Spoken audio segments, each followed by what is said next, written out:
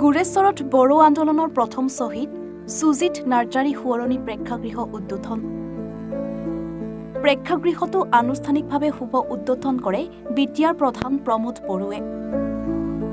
বড়ো সাহিত্য সভাৰ ওচৰতে নিৰ্মাণ কৰা প্ৰেক্ষাগৃহটো উদ্বোধন কৰি প্ৰমোদ বড়োৱে বিটিআৰৰ সভা সাংস্কৃতিক অনুষ্ঠান আদি অনুষ্ঠিত কৰাৰ বাবে হোৱা অসুবিধাৰ প্ৰতি লক্ষ্য ৰাখি ৪০টা পৰিষদীয় সমষ্টিত মুঠ ৫২টা সুজিত নাৰ্জাৰী সোঁৱৰণী প্ৰেক্ষাগৃহ নিৰ্মাণ কৰা বুলি উল্লেখ কৰে। আনহাতে আগন্তুক বিটিআৰ নিৰ্বাচনত বিজেপিয়ে ৩০টা সমষ্টিত নিৰ্বাচন খেলাৰ পৰিৱেশ আছে বুলি মুখ্যমন্ত্ৰী ডক্টৰ হিমন্ত বিশ্ব শৰ্মাই কৰা মন্তব্য সন্দৰ্ভতো প্ৰতিক্ৰিয়া প্ৰকাশ কৰি বিটিআৰ প্ৰধানগৰাকীয়ে উল্লেখ কৰে। বড়ো আন্দোলনৰ প্ৰথম শ্বহীদ সুজিত নাৰ্জাৰী নামত অডিটৰিয়াম নিৰ্মাণ কৰা এটা কাৰ্যসূচী আমাৰ আছিলে। ৪০টা সমষ্টিত আমাৰ ৪০টা অডিটৰিয়াম নিৰ্মাণ হৈ গ'ল, কিন্তু আমি অলপ বাঢ়াব লগা হ'ল। কিছুমান সমষ্টিত দুটা ৫২টা সুজিত নাৰ্জাৰী অডিটৰিয়াম নিৰ্মাণ হ'ল। ২০২০ চনত পলিটিক্সত অহাৰ আগত আমি বিভিন্ন সময়ত ছাত্ৰ সংগঠনত থাকোঁতে ক'ৰবা মন্দিৰত ক'ৰবা আমাৰ স্কুল ঘৰত আমি মিটিং কৰি আছিলোঁ। সেই সময়ত ঠিকে আছিল, কিন্তু যেতিয়া মই ৰাজনীতিত আহিলোঁ দেখিলোঁ যে ৰাজনীতিত অহাৰ পিছত কিছুমান মিটিংবিলাক স্কুলত কৰিবলৈ অসুবিধা হয়, মন্দিৰত যাই পেলাই কৰিবলৈ অসুবিধা হয়। তেতিয়া অনুভৱ কৰি পেলাই এটা সিদ্ধান্ত লৈছিলোঁ যে ৪০টা সমষ্টিত ৪০টা অডিটৰিয়াম নিৰ্মাণ কৰিব লাগে। কিছুমানে কৈছিলে এটা দুটাকৈ কৰক, কিন্তু মই সিদ্ধান্ত ল'লোঁ যে এইটো প্ৰায়ৰিটি, গতিকে চব দলকে লাগে। কৰিবতো আমি UPPLে, কিন্তু চৰকাৰে কিন্তু কি কয় চবকো লাগে। সেইকাৰণে এতিয়া ভাল এটা অডিটৰিয়াম নিৰ্মাণ হ'ল। এতিয়া গুৰেশ্বৰতো আজি ইয়াৰ মুকলি কৰিলোঁ।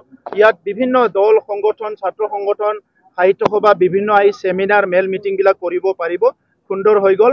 গুৰেশ্বৰ কলেজ আমাৰ গুৰেশ্বৰৰ পৰা লৈ উত্তৰে নাওকাটা চুকলাই এই অঞ্চললৈকে আমাৰ হায়াৰ এডুকেশ্যনেল ইনষ্টিটিউশ্যন নাই। সেইকাৰণে গুৰেশ্বৰ কলেজত যোৱা প্ৰায় 2 বছৰত আমি ২.৫ কোটিৰ পৰা ৩ কোটি টকা চেংচন কৰিলোঁ আৰু বহুতখিনি কাম কৰিবলৈ গৈ আছোঁ। গুৰেশ্বৰ অঞ্চল আমাৰ অতি পুৰণি এটা বিজনেছ অঞ্চল। এই অঞ্চলত বিভিন্ন কাম কাজবিলাক কৰিব লগা আছিলে আৰু ইতিমধ্যে গুৰেশ্বৰ টাউনৰ মাষ্টাৰ প্লেনৰ পৰা আদি কৰি বিভিন্ন কাম কৰা হৈ গ'ল। মই বিচাৰিছোঁ যে গুৰেশ্বৰ অঞ্চলত বহুত উদ্যমী লোক আছে, বিভিন্ন জাতীয় সংগঠন, সামাজিক সংগঠনৰ নেতৃবৃন্দ বহুত পজিটিভ হয়। অনাগত দিনত আমি সকলো সমিল মিলি আগবাঢ়ি যাব লাগিব। বড়োলেণ্ড অঞ্চলত ২০২০ত চৰকাৰ হিচাপে আমাৰ প্ৰত্যাহ্বান আছিলে শান্তি প্ৰতিষ্ঠা কৰা, এইটো হৈ গ'ল। নিৰাপত্তা প্ৰতিষ্ঠা কৰা, এইটোও হৈ গ'ল। সমন্বয়টো এটা ডাঙৰ এটা ইছ্যু আছিলে, কাৰণ সেই সময়ত বড়ো অনাবড়ো বিভিন্ন পৰিৱেশ আছিলে, কিন্তু দেখিলোঁ যে ৪ বছৰৰ পিছত এইখিনি সময়ত যে সমন্বয়টো আহি গ'ল। বিভিন্ন জাতি জনগোষ্ঠী আমি এতিয়া একেলগে আছোঁ, কিন্তু ৰাজনীতিৰ নামত কিছুমান মানুহবিলাক আকৌ এতিয়া উঠি পৰি লাগিছে আমাৰ মাজত আৰু বিভাজন কৰিব লাগে। এই কথাটো যাতে ৰাইজে লক্ষ্য ৰাখে। বড়োলেণ্ডখন আমি বচাই ৰাখিব লাগিব। বড়োলেণ্ডৰ আমাৰ মানুহখিনিয়ে বড়োলেণ্ডটো বচাই ৰাখিব লাগিব। ৰাজনীতি কৰিবলৈ 10জনে আহি 10টা কথা ক'ব, কিছুমানে হিংসাৰ কথাও ক'ব ধৰিছে, মৰাৰ কথাও ক'ব ধৰিছে। এইবিলাক ভাল নহয়। যে বড়োলেণ্ডত মৰা মৰি হিংসা হিংসি 30-40 বছৰ আমাক বহুত ক্ষতি কৰিলে। এতিয়া আমি পুনৰ ব্লাড ছেডো নিবিচাৰোঁ, হিংসাও নিবিচাৰোঁ।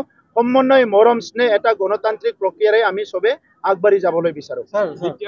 আজি ছাৰ বীৰ শ্বহীদ সুজিত নাৰ্জাৰী দেৱৰ আজি প্ৰেক্ষাগৃহ মুকলি কৰা হ'ল আৰু লগতে এইটো চৰকাৰী এটা অনুষ্ঠান।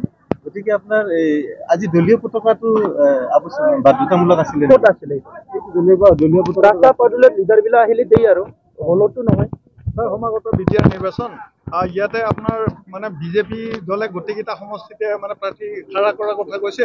এই ক্ষেত্ৰত UPPLৰ হয় আপুনি চাওক, UPPLৰ ষ্টেণ্ডত যাব, বিজেপিৰ ষ্টেণ্ডত যাব। বিজেপিয়ে 20টা খেলে না 40টা খেলে, তেখেতসকলে কৈ আছে কেতিয়াবা ইমান খেলিম। চ' তেখেতসকলে ডিচিশ্যন ল'ব, আমাৰতো আমি ডিচিশ্যন ল'ম।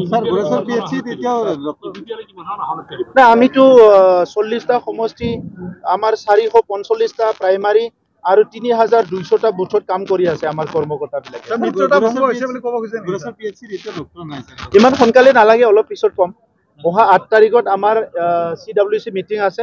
তাত আমাৰ সিদ্ধান্ত হ'ব ক'ত মিত্ৰতা আছে না ভংগ হৈছে না কি। আপোনালোকেও কৈ থাকক, আপোনালোকেও চাই আছে কি হৈছে কি হোৱা নাই। আমাৰ দলীয় স্থিতিটো আমি কৰিমেই, আজি নহয় কালি কমেই। খেলক, AGP 10টা কি তেখেতসকলো 20টা খেলিব পাৰে, গণতান্ত্ৰিক অধিকাৰ চবৰো আছে।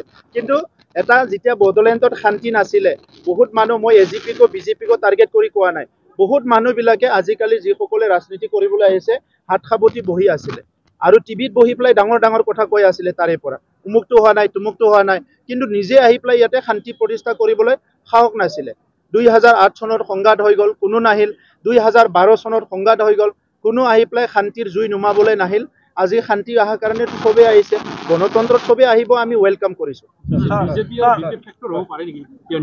সব ফেক্টৰটো সবে ফেক্টৰ আপুনি ইলেকশ্যন খেলিলেও ফেক্টৰ ইয়াত ফেক্টৰ বুলি একো মেটাৰ নাই আৰু ফেক্টৰ বুলি সবে আছে ইলেকশ্যনত যদি আপুনি অকলে খেলে সাংবাদিক হৈও যদি গড়েশ্বৰত কণ্টেষ্ট কৰে আপুনিওতো 5টা ভোট লৈ যাব হয়নে নহয় 5টা কলি আপোনাক ইনচাল্ট কৰা হ'ব মানে 1000 ভোট বা 500 ভোটটো আপুনি নিব নিজৰ পৰিয়ালৰখিনি এটোও ফেক্টৰ হয় বিপিএফক লৈ বেলেগে শংকিত হৈছে আমি দেখিছো বিপিএফক লৈ বহুতৰ মানে শংকিত হয় কিবা জল্পনা কল্পনা হয় ইউপিপিএলে বিপিএফৰ লগত যুঁজিয়ে এই লেভেলত আহিছে গতিকে বিপিএফক লৈ আমি কি চিন্তা কৰিম জিএসপি নহয় আৰু কিবা কিবি এসপি আহি যাওক তাত আমাৰ ক'ব লগা নাই ইউপিপিএলে নিজৰ ষ্টেণ্ডত লৈ পেলাই আমি কাম কৰিম কাৰণ আমাৰ উদ্দেশ্যটো ক্লিয়াৰ বড়োলেণ্ডত শান্তি লাগে নিৰাপত্তা লাগে উন্নয়ন লাগে সমন্বয় লাগে আপুনি যেটো দুটা সমস্যা গুৰেশ্বৰৰ পৰা সত্যব্ৰত দাসৰ ৰিপৰ্ট এনিফাৰ 24